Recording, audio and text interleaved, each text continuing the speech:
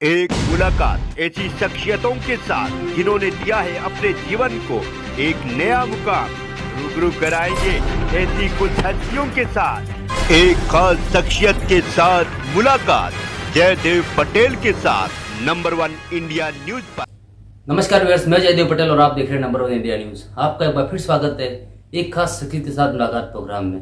आज हम बात करेंगे आरएसएस प्रमुख मोहन भागवत की तरफ से मंदिर मस्जिद विवाद को लेकर के जो टिप्पणी की गई, उस पर कहीं ना कहीं जो विवाद छिड़ा हुआ था, उससे अब एक कदम और आगे बढ़ते हुए अरविंद केजरीवाल जो आम आदमी पार्टी के संयोजक हैं,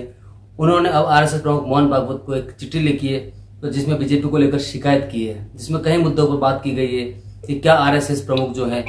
या आरएसएस जो है विचारधारा वो कहीं ना कहीं बीजेपी का समर्थन करती है हर मुद्दों पर, और साथ ही क्या जो पैसे बांटने का जो आरोप बीजेपी पर लगा रही है, जिसे जो तमाम जो दल हैं, क्या उसका भी आरएसएस समर्थन करती है? क्या दिल्ली चुनाव में आरएसएस जो है वो बीजेपी के लिए वोट मांगने का काम करेगी? आखिर जो अरविंद केजरीवाल की चिट्ठी जो लिखी गई है, इसके क्या मायने हैं? इन्हीं तमाम मुद्दों पर बात करने के लिए हमारे साथ खास सम्मान है राजनीतिक विश्लेषक और साथ ही आरएसएस विचारक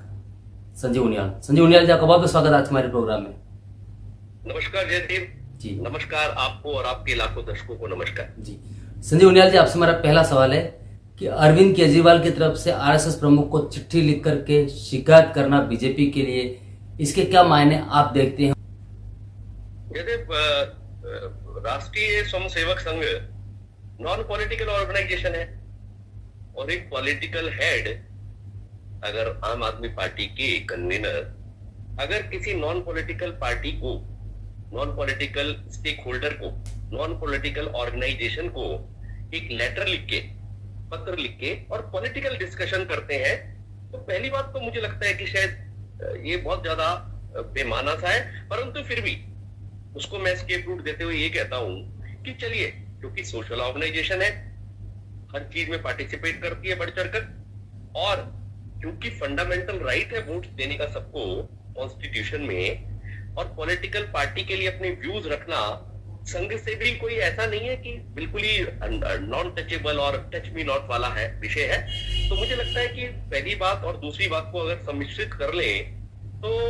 वो लेटर में क्या कहना चाह रहे हैं बहुत क्लैरिटी से मुझे एक बार देखना होगा। परंतु जो मुझे समझ आया एक बार में कि भाई भारतीय जनता पार्टी के कुछ लोग जो है वो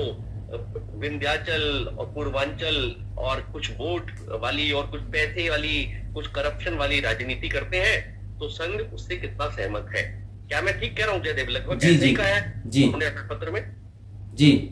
तो अगर हम इसको ठीक मानते हैं तो जयदेव मुझे लगता है कि 2-3 बातें इससे निकल के आती हैं। तो इंटरप्रिटेशन हमारे यहाँ लॉ में कहते हैं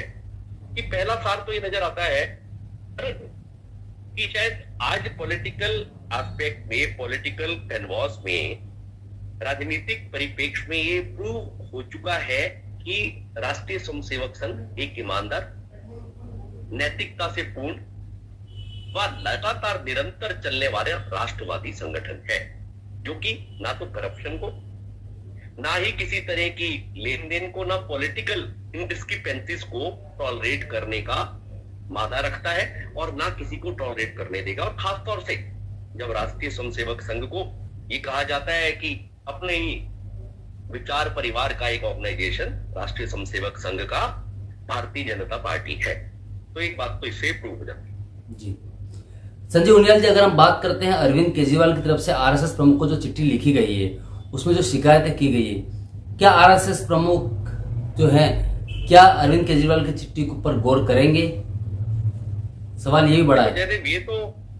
ये तो जवाब मुझे लगता है कि सरसंघ चालक जी जो है वो ही दे पाएंगे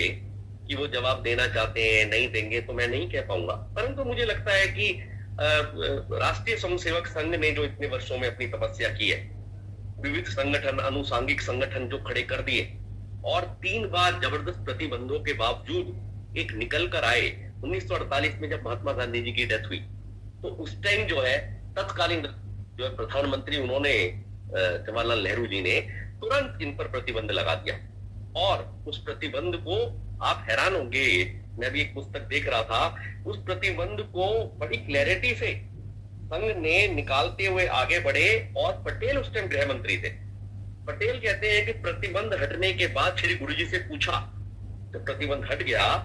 उस प्रतिबंध में आपको जांच कर जो सरदार पटेल ने अपनी जांच रिपोर्ट में बोला वो 2 लाइनें हैं। वो कहते हैं पटेल रिपोर्ट में कि महात्मा गांधी की निर्मम हत्या में संघ का कोई हाथ नहीं है, अतः संघ व संघ की सभी गतिविधियों से प्रतिबंध हटाया जाता है। ऐसी रिपोर्ट उन्होंने तत्कालीन प्रधानमंत्री जवाहरलाल नेहरू जी को प्रेषित की। और सबसे जो इसमें बहुत विशद बात है, जो अपने आप में एक देखने लायक बात है, वो ये है कि प्रतिबंध हटने के बाद जब उस टाइम के सरसंघ चालक जो थे, गुरुजी कहते थे, गुरुजी गोलवरकर, जो कि बीएचयू में प्रोफेसर रहे थे उससे पहले, उनसे पूछा गया कि इतनी यातनाएं, 23 महीने की यातनाएं, कम से कम 80,000 स्वयंसेवकों को अंदर, कम्युनिस्ट भी अंदर थे उस टाइम, यातनाएं झेलने के बाद अब संघ कुछ प्रतिरोध करेगा सरकार के खिलाफ? तब गुरुजी ने बहुत ही शालीनता से बोला, देखिए 23 महीने में निर्मम तरह से जेलों में रख के यातनाएं दे के नसबंदी कर, इस तरह की भी उस टाइम तो ये सेकंड फेज में आई नसबंदी वाली बात, परंतु बहुत यातनाएं थी। तो गुरुजी का जवाब सुनने लायक था आपके लाखों दर्शकों के लिए, और हम सब लोगों के लिए एक मतलब वी कैन फॉलो दैट।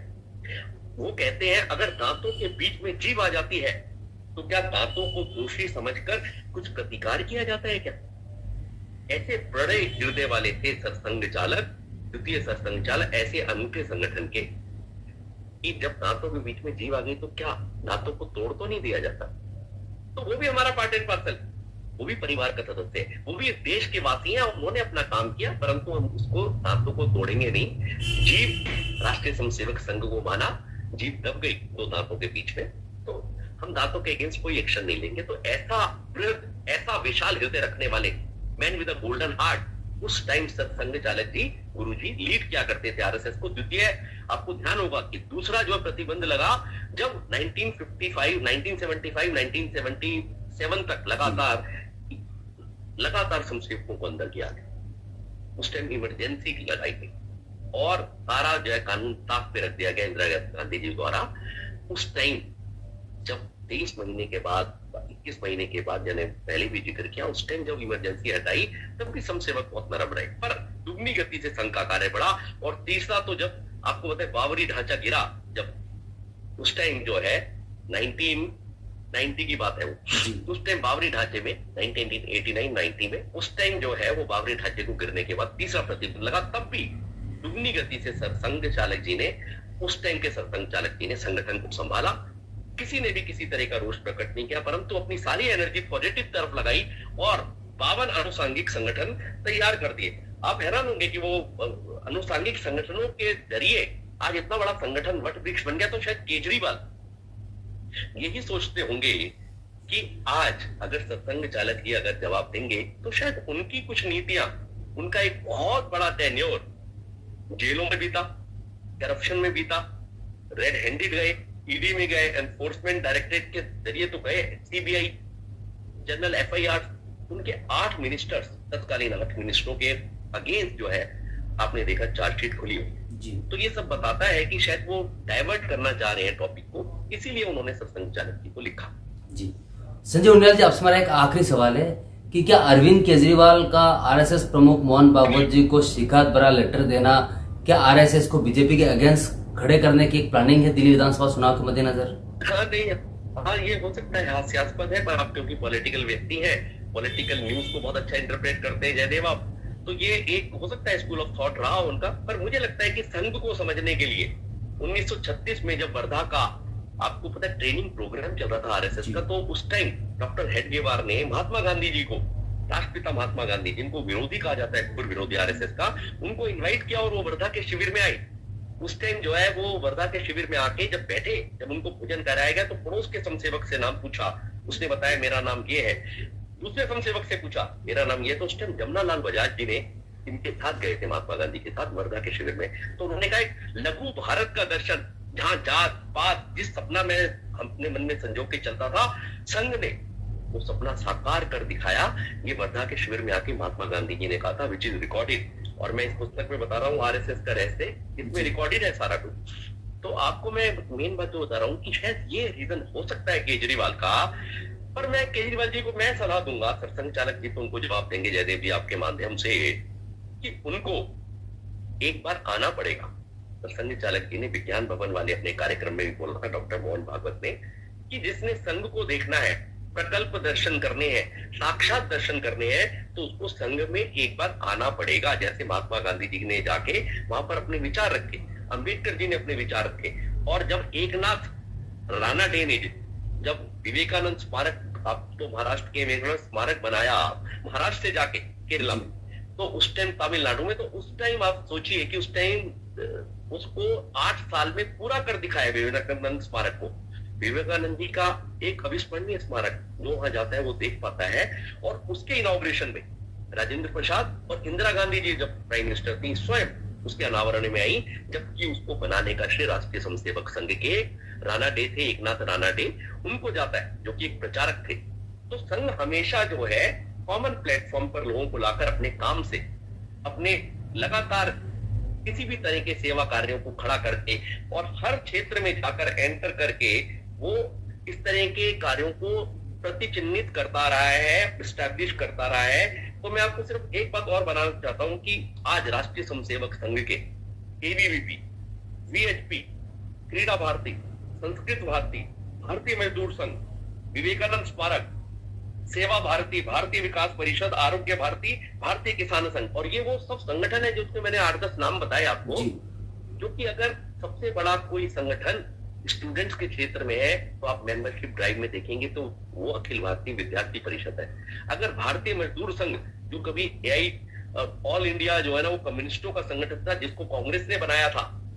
उसको जो है चोरी कर लिया था कम्युनिस्टों ने, उसके अगेंस्ट भारतीय मजदूर संघ आज सबसे बड़ा संगठन है मेंबरशिप में। ऐसे ही भारतीय किसान संघ बीकेएस सबसे बड़ा किसानों का संगठन है। तो जब भी भारतीय जनता पार्टी तो एक छोटा सा पॉलिटिकल विंग है,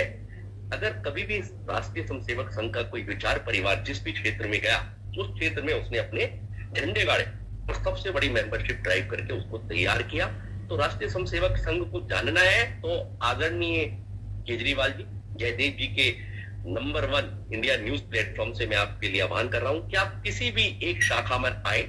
उस शाखा में 1 घंटे देखें, शाखा कैसे लगती है, शाखा में प्रार्थना क्या होती है, नमस्ते सदावत्सले मातृभूमि, है राष्ट्र मैं तेरे लिए हमेशा मातृभूमि की सेवा में तत्पर रहूं, संगठन गढ़े चलो, सुपंथ पर बढ़े चलो, भला हो जिसमें देश का वो काम सब किए चलो। इस तरह के गीतों का प्रकटीकरण उन शाखा की 1 घंटे की शाखा में होता है। और सेवा भारती जैसे भारतीय जनता पार्टी जो लोग मानते हैं ऐसा अनूठा संगठन खड़ा करने वाले 1 घंटे के स्वयंसेवक आपको भी एक बार शाखा में जरूर आना चाहिए। अरविंद केजरीवाल जी, जवाब आपको इंतजार करिए, हो सकता है कोई जवाब मिले, पर मैंने अपना पॉइंट ऑफ व्यू रखा है जयदेव जी। संजय उनियाल जी, आपने हमारे लिए समय निकाला, उसके लिए बहुत बहुत धन्यवाद। धन्यवाद जयदेव।